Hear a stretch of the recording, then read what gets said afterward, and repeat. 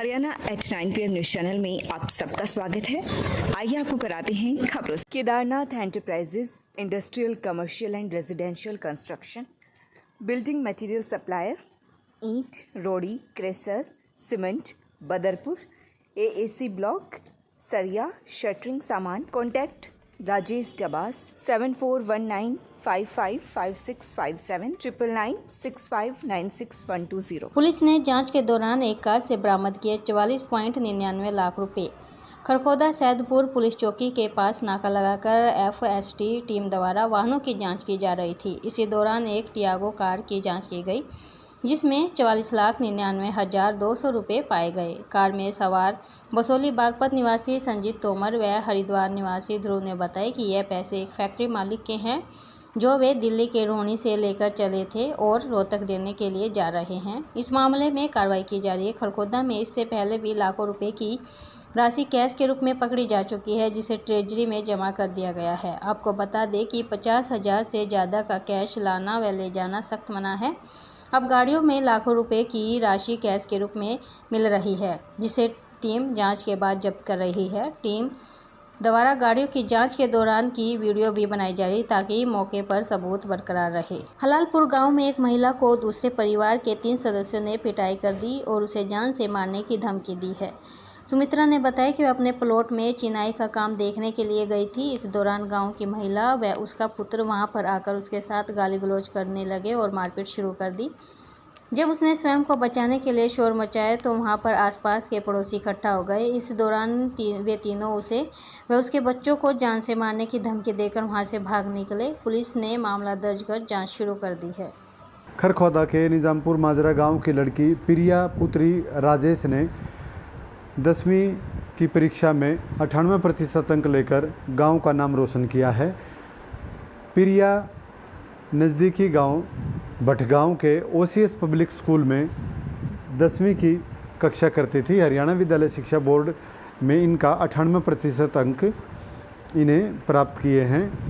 इनके पिता कंडक्टरी की जॉब करते हैं, जबकि मां निर्मला गृहिणी है। लड़की ने हिंदी विषय में 96, अंग्रेजी विषय में 97, मैथ में 98, SS में 98, साइंस में 98 और फिजिकल एजुकेशन में 99 अंक प्राप्त करके विद्यालय का नाम रोशन किया है। विद्यालय में खुशी का माहौल है और गांव में भी लड़की का स्वागत किया जाएगा। मतदाता जागरूकता रैली को खंड शिक्षा अधिकारी ने किया रवाना। केडी इंटरनेशनल स्कूल के छात्रों व नेहरू युवा केंद्र सोनीपत के तत्वाधान में मतदाता जागरूकता रैली निकाली। इस रैली को खंड शिक्षा अधिकारी सुजाता खत्री ने हरी झंडी दिखाकर रवाना किया। छात्रों की यह रैली ढोल बाजे के साथ शहर से निकाली और लोगों को संदेश दिया कि वे अपने मत का जरूर से जरूर प्रयोग करें। मतदान जरूरी है, अपने हक को पहचानें, अपने अधिकार का प्रयोग करें, अपने अधिकारों की शक्ति के बारे में जागरूक हो। इस मौके पर केडी इंटरनेशनल स्कूल के डायरेक्टर दिनेश सैनी भी उपस्थित रहे।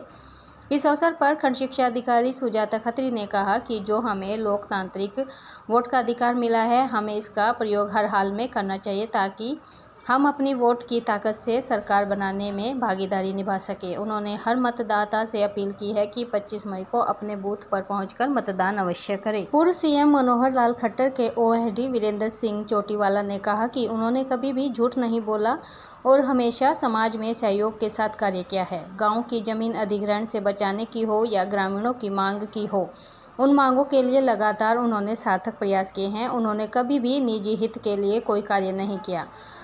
अब उन्हें जो जिम्मेदारी मिली है, इस जिम्मेदारी को वे निरंतर सार्थक निवारण कर रहे हैं। किसी भी हरियाणा वासी को अगर लगता है कि वह उनका कोई कार्य कर सकते हैं, तो दिन रात उनके दरवाजे खुले हैं।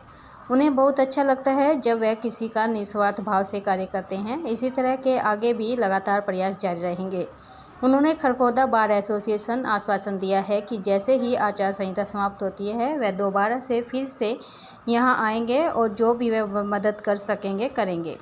पूर्व मुख्यमंत्री मनोहर लाल ने विधानसभा स्तर में घोषणा की थी कि जो व्यक्ति सरकारी संपत्ति पर 50 वर्ष से मकान बनाकर रह रहा है, उसके लिए विशेष पॉलिसी बनाई गई है। उस पॉलिसी पर काम चल रहा है। जैसे ही पॉलिसी क्रियान्वित होगी, लोगों को लाभ मिलना शुरू हो जाएगा। नगरपालिका कर्मचारियों के रिश्वत लेकर काम करने के आरोपों पर उन्होंने कहा कि जो अधिकारी कर्मचारी रिश्वत लेकर कार्य करते हैं, ऐसे रिश्वतखोरों को पकड़ने के लिए सरकार काम कर रही है और ऐसे लोगों को अंदर ठोकने का काम किया जाएगा। प्रदेश के किसी भी गांव व शहर में विकास करने में कोई रुकावट नहीं आने दी जाएगी। बड़खालसा गांव में शहीद दादा कुशाल सिंह की स्मृति में विशेष समारोह किया गया। लिखा जब वो गर्दन कटा तो एक पर्ची पे लिखा मेरा था कि शीश दिया पर साथ नहीं। तो ऐसा जब वो शीश ऐसा पवित्र ऐसा महान व्यक्ति का जब वहां पर बलिदान हुआ तो उस शीश की रक्षा करने के लिए, और जब कुशाल सिंह को ये पता लगा कि ये शीश तो वो है गुरु तेग बहादुर का शीश है, तो ऐसे पवित्र की शीश के लिए अगर हमारे 14 शीश भी कट जाए तो कट जाने दो। और ऐसा बताते हैं कि अपने बड़े लड़के को लेकर के, बहादुर सिंह को लेकर के वो अंदर गए और बाहर एक सर कटा हुआ सर आया, बोले लो भाई गुरु गोविंद सिंह का सर लेके चले जाओ, गुरु तेग बहादुर का सर। और गुरु जो कुशाल सिंह थे जो चेहरा मोड़ा था वो गुरु तेग बहादुर से मिलता था। तो ऐसा ही नेतृत्व करने का गुण, और वो लगभग गांव में शुरू से ही ऐसा एक वातावरण गांव के अंदर रहा। और आज पीछे जब गांव की जमीन का अधिग्रहण हो गया, अधिग्रहण में क्या हुआ कि भाव पैदा हुआ कि जमीन तो चली जाएगी। इस जमीन पर जब कुछ भी नहीं होता था, इस जमीन के अंदर 70 क्यारी बना के और किलों की भराई होती थी, जब तो ये जमीन हमारी थी। आज ये जमीन में हम ऑटोमेटिक खेती करते हैं, एक बटन दबाने से पूरा खेत भर जाता है पानी का। दिल्ली नजदीक है, सुविधाओं ट्रांसपोर्टेशन अच्छा हो गया है। जब वहां से कमाई शुरू होगी तो सरकार इसको विकास करेगी, और विकास करेगी। विकास की कीमत क्या देगी किसान को? मात्र 16 लाख रुपए, जबकि वहां जमीन 1 करोड़ 70 लाख में जीटी रोड के नजदीक में बिकती थी। तो ये दर्द था मन में, और इस प्रकार का भाव है भगवानी होगा कि हम करेंगे कैसे। और ये चर्चा करने के लिए लोगों के बीच में जाते हैं कि ताऊ जमीन तो चली जाएगी, बचेगा तो कुछ नहीं। तो ताऊ ताश खेलते पाते, हाथ में पत्ते रखते और एक पत्ता हाथ में लेके कहते भाई यह जान को हुआ और जमीन सरकार की, राम पत्ता कह। मतलब इस प्रकार का एक वातावरण था समाज के अंदर। और जब हमने ये बात उठाई तो आज पूरे गांव उसके लिए उसका खड़ा हुआ और वो देश उसके लिए लड़ाई के लिए आगे चला, और हमने उस जमीन को बचाने का काम किया। और वो जमीन बची। हमारे यहाँ से हाईवे निकलना था, उस हाईवे को हमने रोक दिया। इसलिए रोक दिया, हमें ये बताया जाए कि इस हाईवे जब निकलेगा तो इसमें अंडर पास कितने हैं, ये हाईवे निकलेगा तो इसकी हाइट कितनी होगी, ये हाईवे निकलेगा तो जो इसके बीच में से जो 2 क्रम के रास्ते हैं, वो रास्तों का अधिग्रहण होने के बाद उनका तो मुआवजा सरकार उठा लेगी, ये पंचायत उठा लेगी। लेकिन आम जो खेवट का रास्ता कट गया उसका क्या होगा?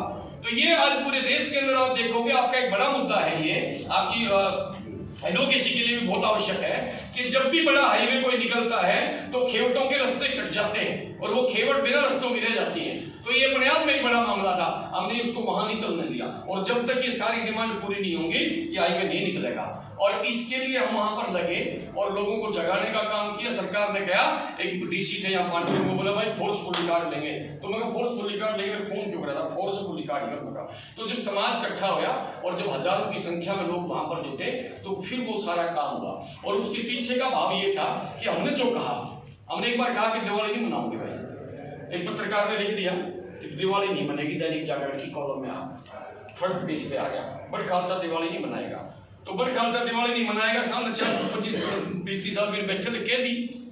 तो मैं कहा अगर इस पत्रकार ने हमारे जबान पर विश्वास करा है ना, तो अब ये हमारा धर्म बनता है कि इस खबर को सत्य बना दें, नहीं तो कल दूसरा अखबार या यही कहेगा कि झूठ खबर छापता है, बड़खालसा नकली आदमी है। यानी हमने अगर कहा कि आज कार्यक्रम होगा, आज पुतला फूकने का कार्यक्रम होगा, संख्या बनी नहीं तो संख्या नहीं बनी तो कोई बात ना, पुतला फूकेंगे भाई। खरखुदा में डॉक्टर सेठी के अमर अस्पताल में अब आधुनिक ओटी का हुआ निर्माण। अब खरखुदा में ही मिलेगी आधुनिक चिकित्सा सुविधाएं। आंखों की हर तरह के इलाज व ऑपरेशन के लिए नेत्र रोग विशेषज्ञ डॉक्टर प्रियंका पटेल।